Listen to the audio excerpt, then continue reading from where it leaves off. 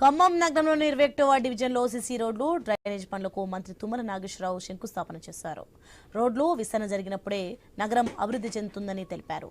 జరిగే పనులు జరగాల్సిన పనులన్నీ సకాలంలో పూర్తి చేసుకుంటేనే సీఎంను అడిగి మరిన్ని నిధులు తీయగలమని అన్నారు. ఇప్పటివరకు 4.5 కోట్ల రూపాయల పనులు జరుగుతున్నాయని వెల్లడించారు.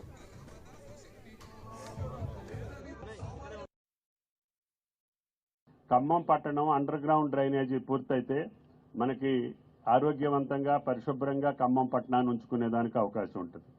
అదేవిధంగా ఈ చెరువు బజారు వైడనింగ్కి సహకరించిన ప్రతి ఒక్కరికి కూడా ధన్యవాదాలు తెలియజేస్తున్నా. దాన్ని సుందరంగా తయారు చేయమని చెప్పి ఈ రోడ్డుకి మళ్ళీ రోజు పోయినసారి 4,05,00,000 ఇచ్చారు, మళ్ళీ ఈరోజు 5 కోట్లు చిల్లర ఇచ్చారు. అంటే ఒకే డివిజన్లో 10 కోట్ల రూపాయలు ఈ ఒక్క సంవత్సర కాలంలోనే కమిషనర్ గారు మేయర్ గారు మీకు ఇచ్చారంటే ఆ పనులు సుందరంగా ఉండాలి, అందంగా ఉండాలి, 10 కాలాల పాటు ప్రజలకు ఉపయోగపడేటట్టుగా ఉండాలి.